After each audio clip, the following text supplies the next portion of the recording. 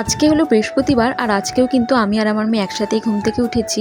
আর আমরাও ঘুম থেকে উঠলাম আর বড় এসে ঘুমালো।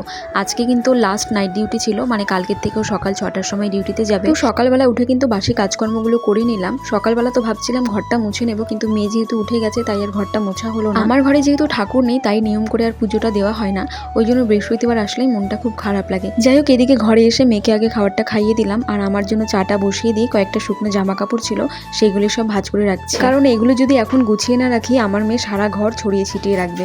যাই হোক, চা খেয়ে এদিকে জামা কাপড়গুলো সব ধুয়ে দিলাম। আমাদের জামা কাপড় কিন্তু বেশি নোংরা হয় না, কিন্তু আমার বরের জামা কাপড় এত নোংরা হয়, ওর জামা কাপড় ধুতে গেলে আমার খুব রাগ উঠে যায়। তারপরে ঘরে এসে রান্না বসিয়ে দিলাম। এখন করছি আলু দিয়ে ভেন্ডি দিয়ে ভাজা, আর তার সাথে হলো ডাল। এদিকে কাজ করতে করতে আমার খিদেও পেয়ে গেছিল, তারপরে মনে পড়লো বৌদি তো আগের দিন জন্মদিনের পায়েস একটু দিয়ে দিয়েছিল, সেটাই এখন খেয়ে নিচ্ছি। আসলে পায়েসটা আমার বরের জন্য পাঠিয়েছিল, ও তো এখনো ঘুমিয়ে আছে আর সকাল হতে হতে কেমন একটা টকটক ভাব হয়ে গেছিল, তাই জন্য আমি খেয়ে নিলাম। তারপরে সকালের খাবারটা করে নিয়ে মেয়েকে খাবার খাইয়ে ঘুম পাড়িয়ে দিলাম আর এখন ঘরটাকে মুছে নিচ্ছি।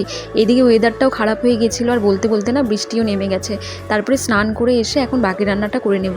সকালে তো শুধু ডাল আর ভাজা করেছিলাম, এখন করছি বাঁধাকপি ভাজা আর তার সাথে হলো আলু সোয়াবিনের তরকারি। তো চলো আজকের মতো ব্লগটা এখানেই শেষ করছি, দেখা হচ্ছে নতুন কোনো ভিডিওতে।